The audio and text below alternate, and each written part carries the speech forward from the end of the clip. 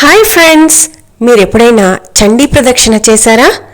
శివాలయంలో ఒక్క చండీ ప్రదక్షిణ చేస్తే కొన్ని వేల ప్రదక్షిణలతో సమానమని మన గురువులు చెప్తూ ఉంటారు.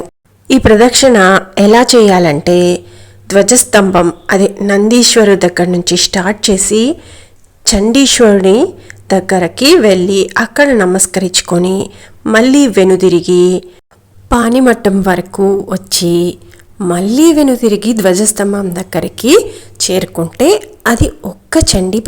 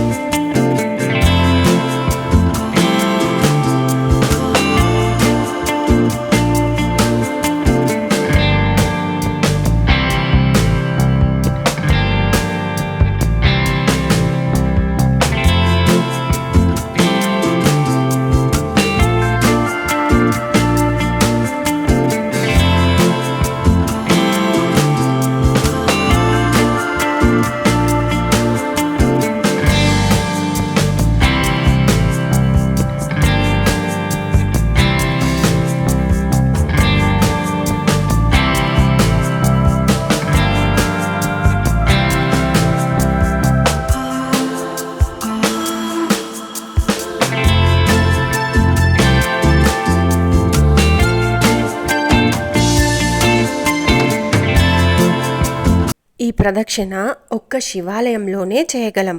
ఈ శివాలయం తిరుపతిలోని మంచినీళ్ళ కుంట ఎదురుగా ఉన్న శివాలయంలో చండీ ప్రదక్షిణ చేయటానికి వీలుగా ఉంది. మీరు ఎప్పుడైనా తిరుపతికి వెళ్ళినప్పుడు ఈ గుడిని సందర్శించండి. ఇది మంచినీళ్ళ కుంట. ఇక్కడ చూడండి, తాబేళ్ళు కూడా ఉన్నాయి.